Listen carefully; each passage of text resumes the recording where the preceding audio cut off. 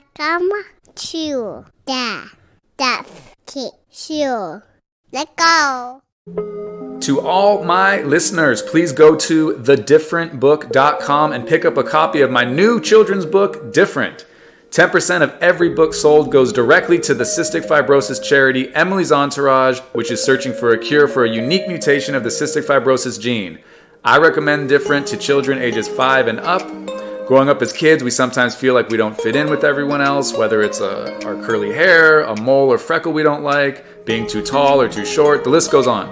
Different teaches kids that we all have our thing, and everyone is different, which means being different is normal.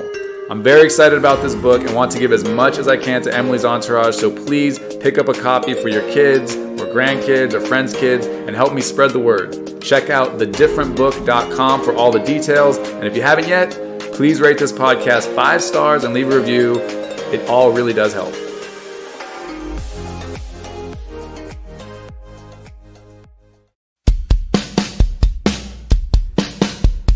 Hey!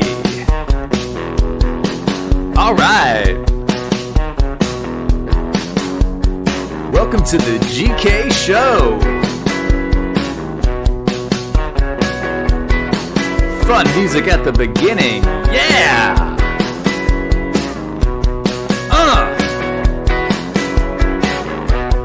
Hope you're having a good day. Let's start the pod.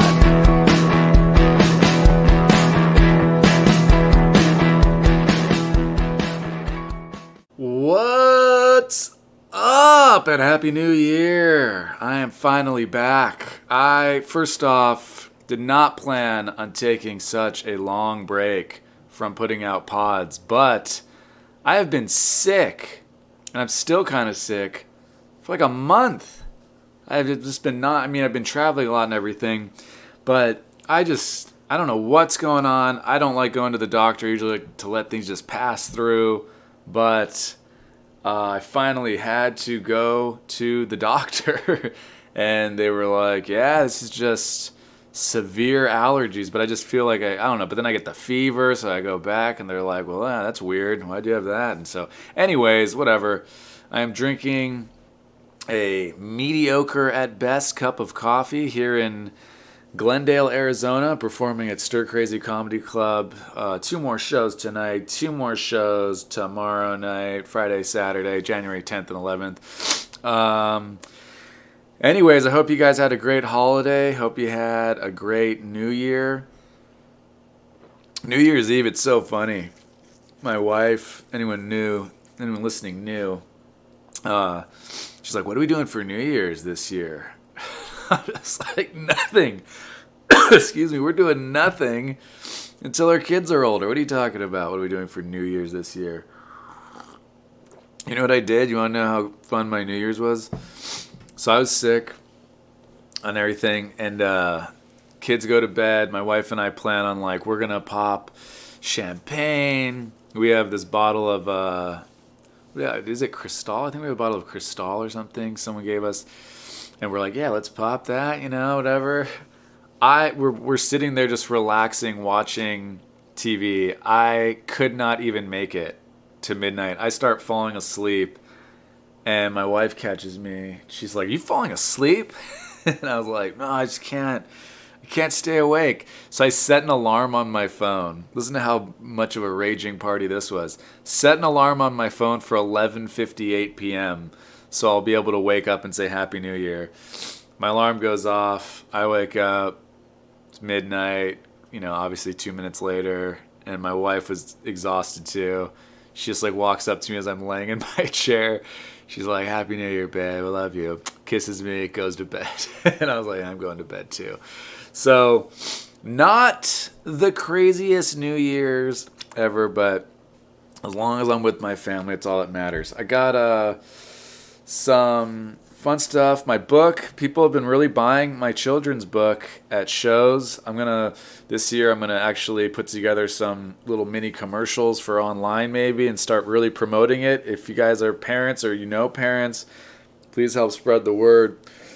My social media is at Jeff Keith. So I really only use Instagram. I tweet, I guess, sometimes. Not really. Facebook, whatever it's at, Jeff Keith, all that stuff. Or I think at Facebook, like Jeff Keith official fan page, too. I got a couple. Anyway, it's not hard to find me. Give it the googs. But I'm going to try and get some stuff out. So I got a couple articles I want to go through. I don't think I'll ever grow out of being bewildered why people lie about dumb stuff. I get why people lie about certain things, like I'm not talking about little white lies or anything like that. I'm talking people that lie about something.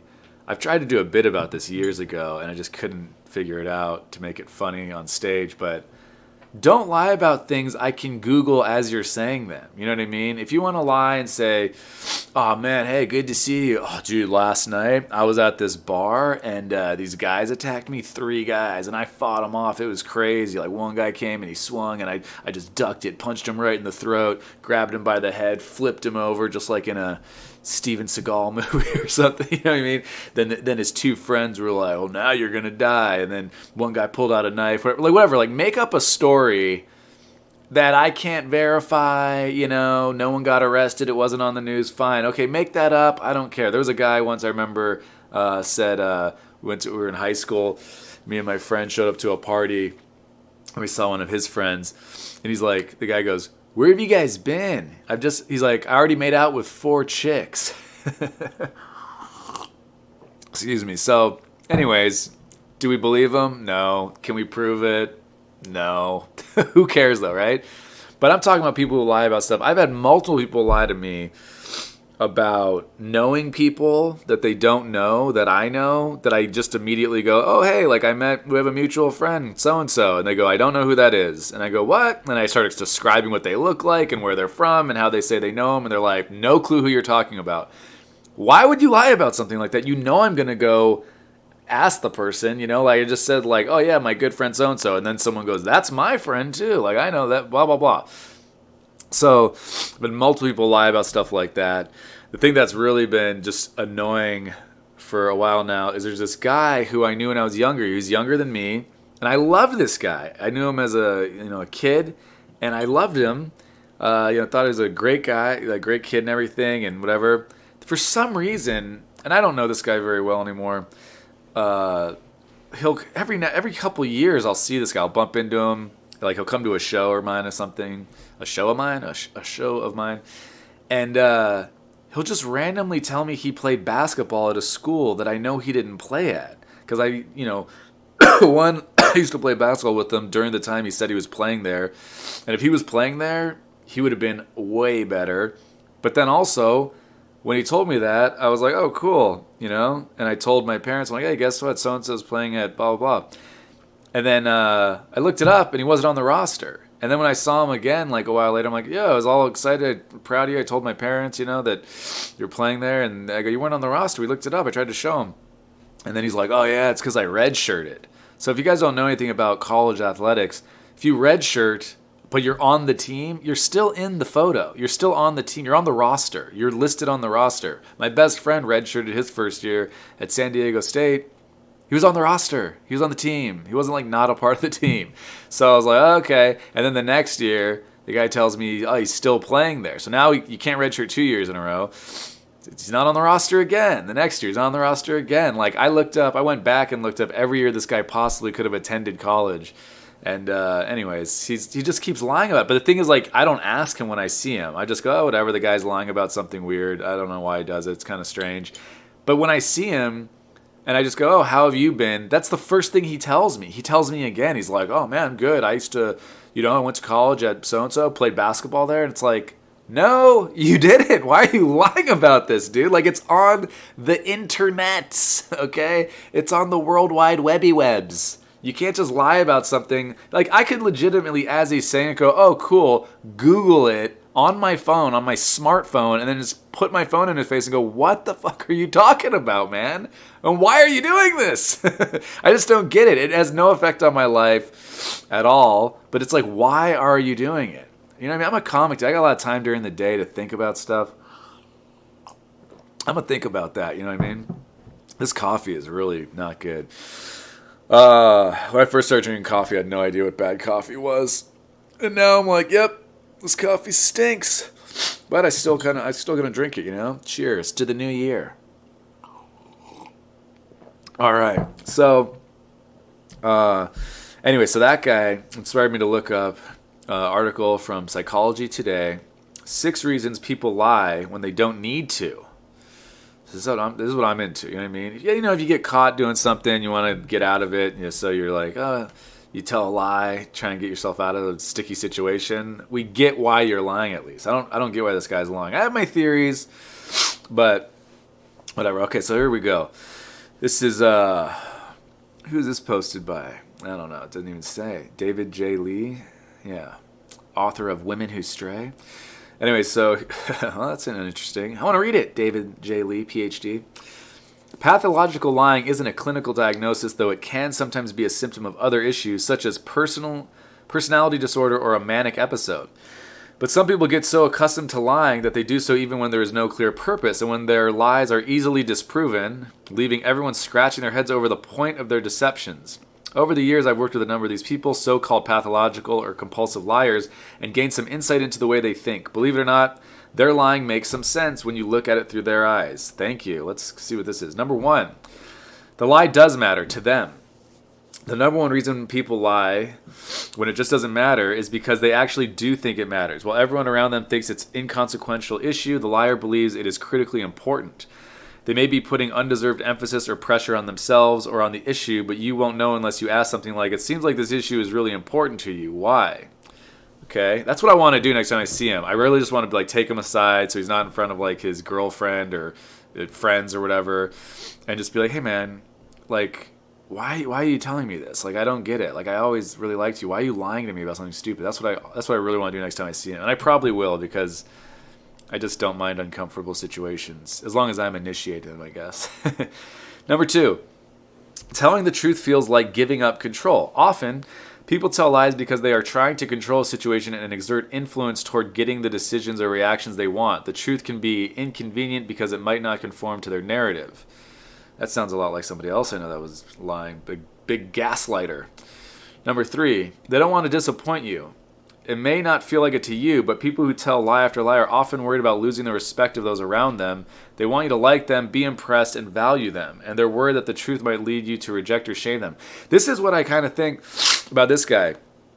My theory is because he keeps lying about playing at a college that was, like I played college basketball at an NCAA Division III school. And I was like the last guy off the bench. I didn't play that much. I didn't even get in every game. And then I played like 1 year and then I stopped because I'm like, this is not leading anywhere. And I've kind of like lost my love for playing and all that stuff. So the school that he says he's played at is a Division II college. And if you know anything about college basketball, Division II, especially for guards, I would say, is a big, just Division II in general, it's a big leap from Division III to Division II. Like, there's no way I could have ever made a Division II roster. I don't know, maybe like the crappiest one in the country, but I still think probably not, because Division II is just way better than Division III. Not saying like the best Division III players couldn't play in Division II, but I was not going to be one of the best Division III players, right? So, and he always prefaces by telling me I played D2 at blah, blah, blah, which is just a weird way to say it. I don't know. I played basketball my whole life. I don't know anyone who talks like that. You know what I mean? Like my best friend played, at Division I school. He doesn't say, I played D1 at blah, blah, blah. Like, it comes off like a very insecure thing. So I think he's trying to, like, in his own way, saying, like, I was better than you or something, which it's like, dude, fucking great if you were, but, like, I don't think he ever was. But the point is like, what's it matter, dude? We both weren't, like, amazing at basketball. I barely played at Division III school. You're lying about playing at Division II school. And we both have jobs now, you know what I mean? Like, I'm a comedian, bro. Like, it's not like, oh, man, I almost made the NBA, almost played in Europe. Like, no, it wasn't even close. And, like, neither were you, so who cares, right? So, that's kind of my theory, that he wants to impress me or something. But I'm not impressed because I know it's not true, So it's weird. Also, he would tell me some of this stuff. He would tell me this as we were playing basketball sometimes. So it's like, if this guy played Division II, he would eat me alive playing basketball. Like, I would not be able to hang with him at all. So whatever. I think that's part of the thing. 4, lies snowball. I remember a cartoon my kids watched years ago about how lies grow. We tell a little bitty lie, then to cover that lie, we have to tell another one, then another and another. Each gets bigger and bigger. Finally, we're arguing about the color of the sky because to admit anything creates the potential of the entire house of cards tumbling. If a chronic liar admits to any single lie, they feel like they're admitting to being a liar, and then you'll have to have a reason to trust them. Yeah, I mean, that's not this guy. That's other people are popping into my head with that one. And also, he does the same exact lie. Like, he's not adding to it. It's not getting more in detail. It's just, here's my stupid bullshit. Number 5, it's not a lie to them. When we are under pressure, our thinking about the big picture can be challenged. Our memory of things is actually quite unreliable. All right, this one does not apply to this guy because this is like a tangible thing. Like, you were on the team, you were not on the team, you were not kind of on the team, right? And also, just to show you how crazy I am, I actually contacted the coach, and he was like, never heard of that guy. So it wasn't even like a team manager or something. This guy's genuinely making up complete bullshit and for some reason volunteering it to my face for no reason when I don't even ask every time I see him. So that's weird. Because I thought maybe he's like the team manager, and like every now and then they let him jump in a drill if somebody was hurt, but no, he wasn't even that. Multiple studies demonstrate that our memories are influenced by many things. That they change over time, that they are essentially reconstructed each time we think about them. Often repetitive liars feel so much pressure in the moment that their memory becomes simply unreliable. When they say something, it's often because they genuinely believe at that moment that is the truth. Their memory has been overwhelmed by stress, current events, and their desire to find a way to make the situation work. Sometimes this can become so severe that the person almost seems to have created a complete alternate world in their head, one that conforms to their moment-by-moment beliefs and needs. Okay, I get that. I know I've read psychology books about how our memories are and how we just fill in blanks and then we think it's true and that's how it happened. Number 6, they want it to be true. Well, this is definitely the case for this guy. Finally, the liar might want their lie to be true so badly that their desire and needs again overwhelm their instinct to tell the truth. Quote, be the change you want to see in the world, Gandhi never actually said, but sometimes liars hope that they can make something come true by saying it over and over and by believing it as hard as they can. In today's environment of alternative facts, it's hard not to see this as somewhat justified. I get that, but this is something you can just Google and be like, yeah, this never happened, you know? That's like, I mean, to me, it's like lying about, I know this is a more important lie, a more serious lie, but if someone said, yeah, man, I was on a flight yesterday and there were hijackers and I took them all down. But then you're like, that wasn't on the news, man. You know? I mean, if that happened, you're awesome, but it didn't. Because, no, what are you talking about? There's no report of any plane with hijackers on it yesterday or last week. Or, you know what I mean? If you have the day wrong. What day did I take down those hijackers? So, here we go.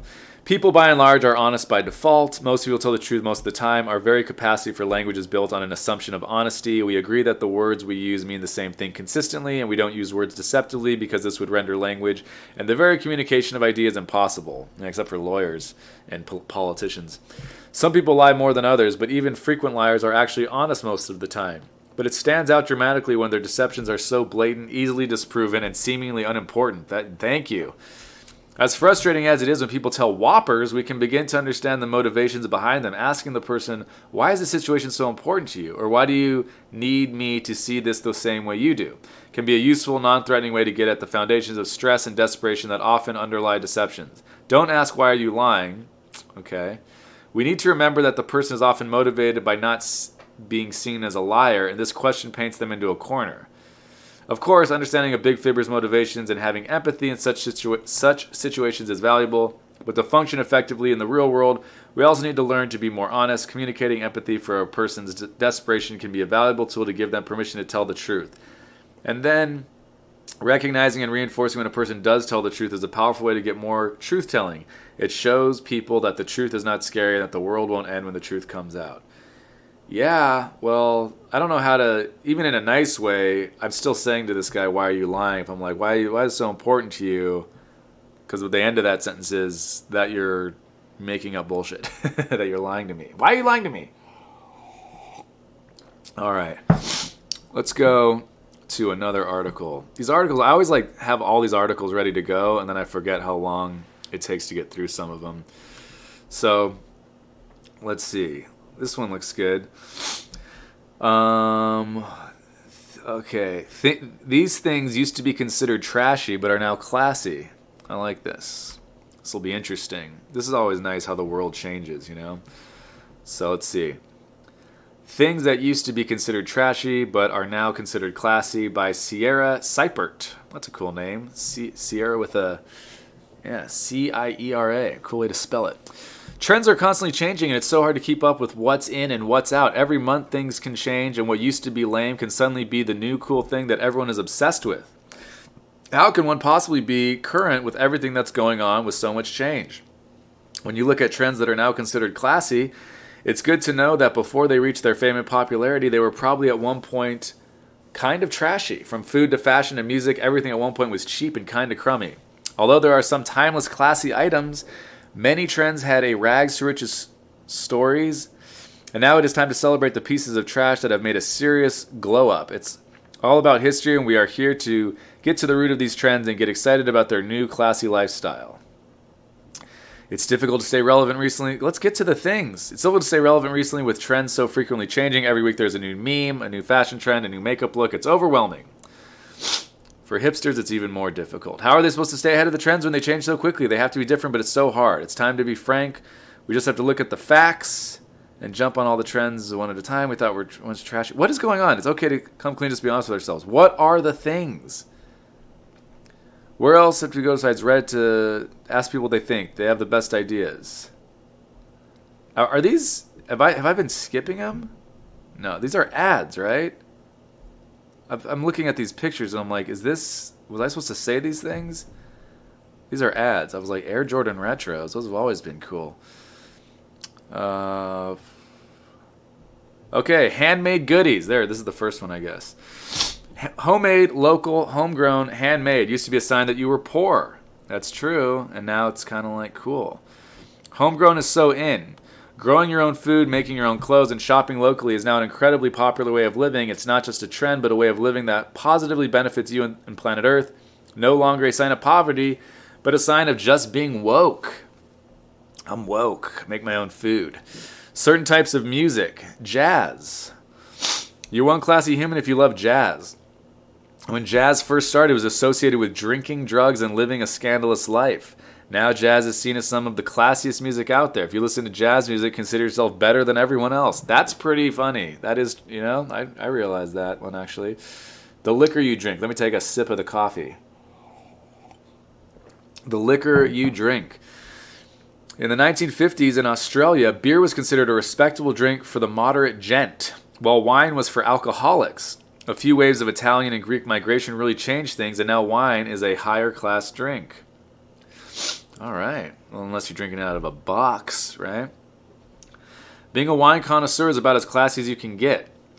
If you know your wines, you really boost your social status. It's definitely not trash to know good wine. Don't even get me started if you have a wine cellar. You basically define class. Fish food. Caviar used to be given away as a bar snack in the 19th century. Now can cost hundreds of dollars per ounce. See, I'm not a big caviar person. I think I've tried it once, and I'm like, nope, no way. Why is this so expensive? Who doesn't love caviar? I think me. Didn't I just say that? Nothing says you're rich like eating a plate full of fish eggs, but I guess at one point it was bar food. All we have is peanuts. I miss the good old days. I love that. You know that peanut, that snack thing at the bar? I love that. The snack mix. It's so salty, just makes you want to drink more. It's so gross. Everyone just sticking their dirty hands in there. Remember that movie Along Came Polly? Ben Stiller was a risk assessment guy, right? And he was saying, I think it was at the movie where he said there's like, oh man, you know how many germs are in there or something? It's like, yeah, well, you're at the bar. I love dive bars for some reason. I think it's because of touring for so long, just being in like random towns, just going to a dive bar or just a random bar. Not all dives, I guess, but they're just fun. All right, that rustic look. So far, I just got to say this article is not as fun as I thought it was going to be. That rustic look. A rustic design on things. Having entire things made of wood probably made people look poor back then. All wood everything. If you've got a wood kitchen, they have a very cool wooden bed frame. Looks like it's made out of like Lincoln logs or something. If you've got a wood kitchen, you've made it. That's about as classy as you can get. Just in the trunk. Big butts. White girls were terrified of having them in the 2000s. Now it's a goal. Oh my God, I just saw somebody I know posting like pictures of, her and her boyfriend, and she's like from the side, like her butt's getting bigger, and she's like saying how he noticed, when he notices like that basically your butt's getting bigger. That is like a thing, man. There are a lot of people who I personally know who are just constantly posting videos of them working out their glutes to get the bigger butt. I gotta say, man, I mean, I've always been a butt guy, so I'm glad it's in. I was always surprised when it wasn't in, but it kind of sucks. Some people just have different, you have different genetics. Some people just, you're never gonna have a big butt. I'm never gonna have a big butt. I wish I had a bigger butt. I have a flat little fucking tiny little butt cheeks. I do these one-legged squats now because I have such skinny legs. And those are pretty good for, making your legs, I guess, bigger. But my legs are just never going to be big. And it's funny when I do this one bit on stage and I act this thing out. I put my hand on my butt and I like do this thing with my legs. I sound like such a shitty comedian. I do this thing where I'm like, what? And what? So I touch my butt, and it's funny because when I do my one-legged squats, I notice, like in my head as I'm doing the bit, I'm like, firm little butt cheeks. I mean, they're definitely little. They're still little, but at least they're firm, Nice, tight little 12-year-old girl butt is what I have. The bigger, the better. Insert peach emoji. That's so funny. The thing I was just talking about that I just saw this morning, the girl had a peach emoji. It's all about hashtag booty goals, and no one is ashamed of it. Long beards. Oh, I can't even grow these. Long grizzly beards on guys used to be an indication of a man having a more blue-collar job where dress code grooming was not a priority. Now I regularly go to meetings for my white-collar academic job and see men wearing freshly cleaned $2,000 suits with beards going down the length of their necks. I don't know why I can't grow that. Like, I honestly don't think I can grow a real beard that goes down.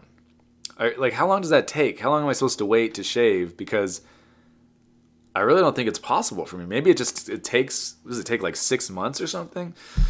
I'm going to Google that. Beards are so in. The longer the beard, the more of a man you are. Oh, that's. I'm glad I said everything I just said before reading that. So I'm just the less of a man. I'm not a man. Facial hair is a beautiful thing. I just said this whole thing about how I can't grow beards, and then the next sentence I read was, the longer the beard, the more of a man you are. Great. Your Chucks. Converse shoes used to cost $2 in the 60s and 70s. These days they cost about $60. Well, that's just inflation. Converses are a staple fashion item. Girls in a pair of Converse are an entire mood. If you don't own a pair, you're very behind. I should get my wife a pair. I guarantee she'll come after me for that being like a white girl thing or something. PBR, from white trash to hipsters. This one I have personal problem with, the Pabst Blue Ribbon thing. Because I'll just finish reading it and then I'll tell my story. Oh yeah, if this isn't the definition of classy, then I don't know what is. Nothing like a fresh PBR to declare your mature taste palette. So I have been touring. They show a picture of a Louis Vuitton purse with PBR stuffed in it. That's pretty funny. I have been touring for a long time. I've been all over the United States. I've been to small towns and everything. And PBR in a lot of places is just kind of like, that's like the bar's beer. Like most beers in... Most bars in Southern California, for example, the crappy beer or whatever, like the cheapest beer is usually just like Miller Lite, Bud Light, Coors Light, stuff like that, like those three light beers. And certain places I would go and it's like PBR was the cheap thing, and like that was just kind of, if you're just coming to drink whatever crap, you're going to drink PBR. And, Miller Lite and all that stuff. Maybe it's because of the region and shipping, or I don't know, like getting it there. I have no idea. But, yeah, but then I'd be touring and I'd come back to LA, and like this happened as I was touring. Then I'd come back to LA and people were just like, yeah, Pabst, man, PBR, PBRs, PBR. And the thing is, like, I used to drink PBR sometimes. It's not like very good beer, but then everybody pretended they thought it was great. So I did not enjoy that. All right, I don't know how long this article is. Okay. Being covered in ink. Tattoos for sure. Even classy type people have some little tattoos is definitely mainstream now. You can turn yourself into a piece of art. Some tattoo pieces are so dang classy it's like looking at a museum wall. It could make Mona Lisa cry. The red lip look. Red lipstick. Red lips make a very classy statement. When a woman wears red lipstick, you know she means business. What did that used to mean? I don't even get it. Was that bad before? My wife wears red lipstick. What are they trying to say about my fucking wife? A rustic wedding. Getting married in a barn. Barn doors scream classical wedding. I mean, this actually might be the classiest thing I've ever seen. I would love to go to this wedding. Bare-legged ladies. For women going bare-legged when dressing up. If you've got it, flaunt it. Pantyhose are a thing of the past. Show off those legs, ladies. Your knees deserve some attention. I was thinking about that actually kind of recently. What happened to pantyhose? I was like, does my wife just not wear them? Or do other people still wear them? Who's wearing pantyhose? What happened to the pantyhose industry? All right. Well, I think that was it. So, okay, that article was okay. Let's just do one more article. Let's see. Okay, I'll do this quiz. This is not an article. Let's just mix it up. Test your U.S. history and geography memory. So I'm going to take this quiz. I did not look at this before. I am preparing myself to be embarrassed. How well do you know the United States? Take the quiz. Only 3% of people can get a perfect score in this U.S. geography quiz. Well, it definitely won't be me. Do you have what it takes to ace this U.S. history test? Dust off your old A-Push textbooks. I don't know what that is. And put on your favorite I'm a Smart Person hat because this one's a doozy. It's got everything. Geography, history, trivia. Did we say geography? Digging through your old Facebook friends to find the person you used to cheat off of in high school history isn't going to do you any favors. You've just got to commit. I see you opening a Google tab. Cut that out. Trust in yourself. Okay, I get it. Whatever. Blah, blah, blah. They're just making jokes. Number 1. From here you can touch, there's a picture. From here you can touch 4 of the 5 Great Lakes, which is known as the Great Lakes State. That's Michigan. Arkansas, Vermont, Michigan, South Dakota. Michigan. Oh, it doesn't tell me if I'm right away? Okay. Which state is Indiana, home of the Hoosiers? There's 5 states. So this one is Illinois. I think 2 is Indiana. I'm going to go with 2. This is getting tougher. Number 3. Welcome to the Deep South. Within which state's borders is Alabama? All right, shit. This is Louisiana. This is Georgia. That's Tennessee. It's either 2 or 4. Fuck. Oh my God. Louisiana. Is that Mississippi or... Oh my God, this is so annoying. It's 2 or 4, guys. Okay, if you're looking at it, 1 is definitely Louisiana. 3 is definitely Tennessee. 5 is definitely Georgia. Georgia, Alabama. I think 2 is Mississippi. I'm going to say 4 is Alabama. So far, I'm at least 2 for 3. I think I might be 3 for 3. What a bargain. Which state did the U.S. buy from Russia in 1867 for just $7.2 million? Oh, there's a picture. That looks like from Russia. I think that's Alaska. Right? Oh, that could be Washington, but I think it's Alaska. It's got to be Alaska, Russia, right? Number 5. Oh, no, more states, more geography.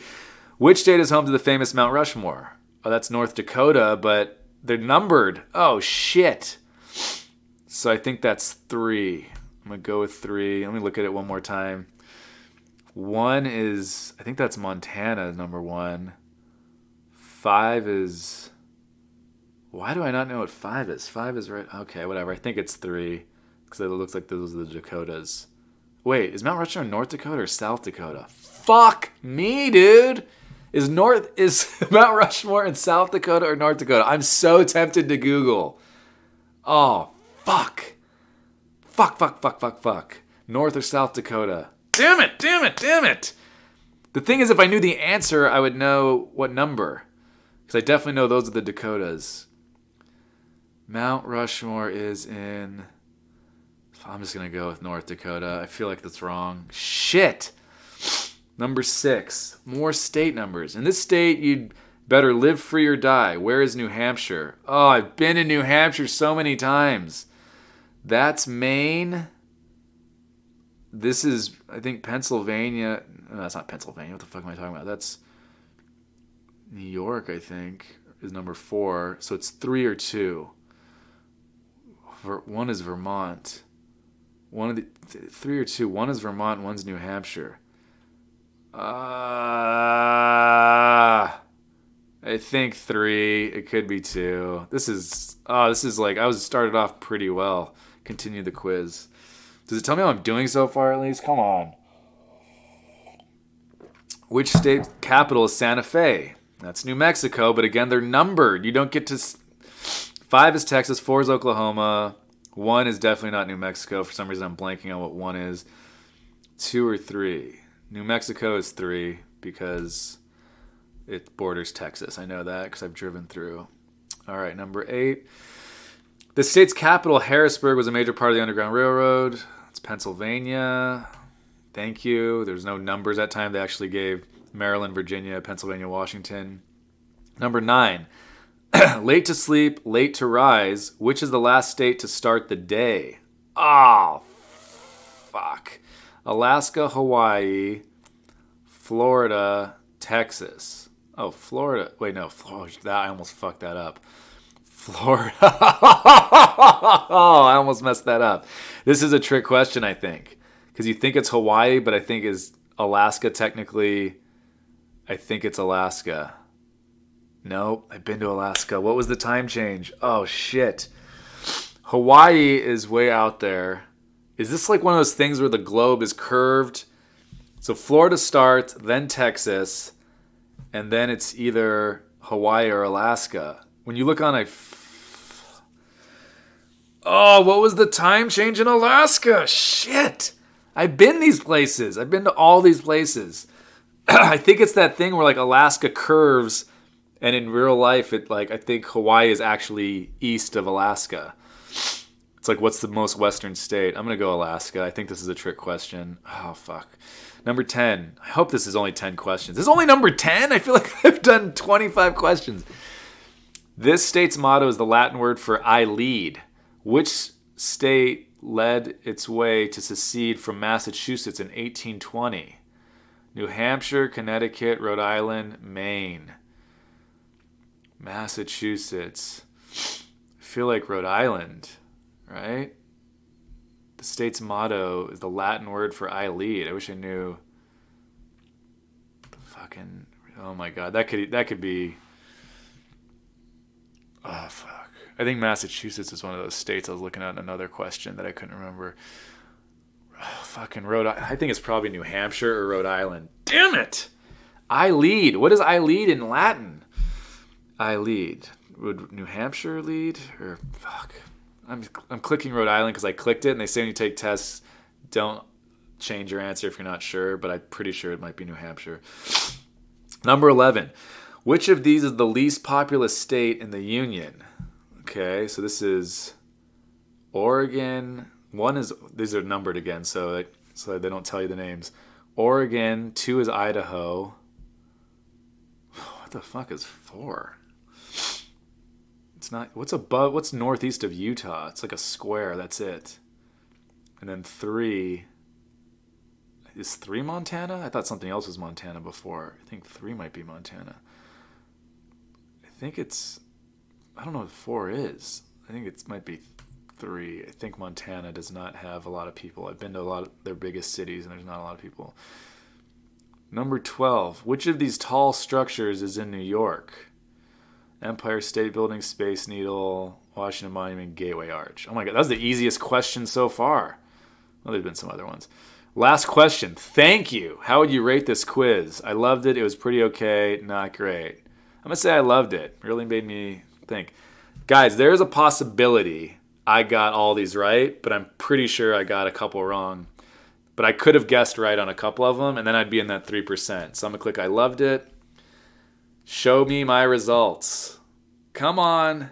If this is like give us your email and then we'll send you your results, I'm going to be pretty upset. It's going to be bad podcast listening. Hold tight. It says hold tight. You may not be an expert, but you do know your U.S. geography. Click, see the answers to find out what you missed, and then share results. Oh, that state I didn't know. That last one was Wyoming. Fuck. Wyoming might have less people than Montana. Shit. Oh, what do I have to do to take the results? You got 7 out of 12 correct? That's it? 7 out of 12? Wait. Where's the C answers? Oh, that's so brutal. 7 out of 12? Number 1, I was right. Michigan, 5 lakes. Number 2, you were right. Which state is Indiana? That's where they were numbered. I got that right. Number 3, you were right. So I started 3 for 3. Welcome to Deep South. Which state borders Alabama? Those were the numbers. I got Alabama right. Nice. I knew Mississippi and Alabama. Number 4, you were right. Man, I really did bad at the end of this test. Which state did the U.S. buy from Russia in 1867 for $7.2 million? Alaska. So I got that right. Number 5, close but not quite. Which state is home to famous Mount Rushmore? Oh, here we go, guys. It was South Dakota. Number 4. So it was South Dakota, not North Dakota. And these were the ones that were numbered, and I knew the states, and I fucked up. South Dakota, I knew it! Number 6, close but not quite. In this state, you let her live free or die. Where is New Hampshire? What did I say? I said 2. It was 3. What did I say, guys? I was like, it's either 2 or 3. The other one I said South Dakota. So I guessed wrong on those. Oh, man, this is annoying. So annoying. Did I click that? Here we go. Continue the quiz. Number 7, you were right. Which state's capital is Santa Fe? That one was easy for me. New Mexico. These were numbered, so I had to know where they were. Number 8, you were right. Which state's capital is Harrisburg? That's Pennsylvania. That was multiple choice. Maryland, Virginia, Pennsylvania, Washington. I'd been there, so I knew. Number 9, close but not quite. Late to sleep. I got wrong. Late to rise. Which is the last state to start the day? So that was Hawaii. So I overthought that and thought Alaska curved west of Hawaii, which is fucking stupid because I'm pretty sure their time change wasn't as severe. So that one I fucking knew. Damn it! I'm trying not to curse as much, but fuck, this is pissing me off. Number 10, close but not quite. This state's motto is the Latin word for I lead. Which state led its way to succeed from Massachusetts in 1820? If this is New Hampshire, and I said Rhode Island. New Hampshire, Connecticut, Rhode Island, Maine. Okay, so I didn't know that one at all. Wasn't even close. So that one I definitely 100% got wrong. Wouldn't have even got it right if I guessed the other one that I was thinking. Number 11, close but not quite. This is Wyoming. Which is the least populous state in the union? I said it was. These were numbered, so I had to know the states again. I said Montana. I couldn't remember that Wyoming was number 4. If I would have remembered Wyoming was number 4, I would have gotten that right, but I'm just an idiot. Brain fart. Number 12, you were right. Which of these tall structures in New York? Empire State Building. These are pictures. Oh my God. So I genuinely should have gotten 11 out of 12, and I got 7 out of 12. That is brutal. All right, guys. How long has this podcast been? All right, this has been a solid 40 plus minutes. I got some other articles. I'm going to start putting out more pods, when I can. Please check out thedifferentbook.com. Tell parents if you haven't yet. Check me out on social media at Jeff Keith, just my name. And I hope to see you guys at a show. Oh my God, I'm pissed off about those results. Thank you for listening to my daddy.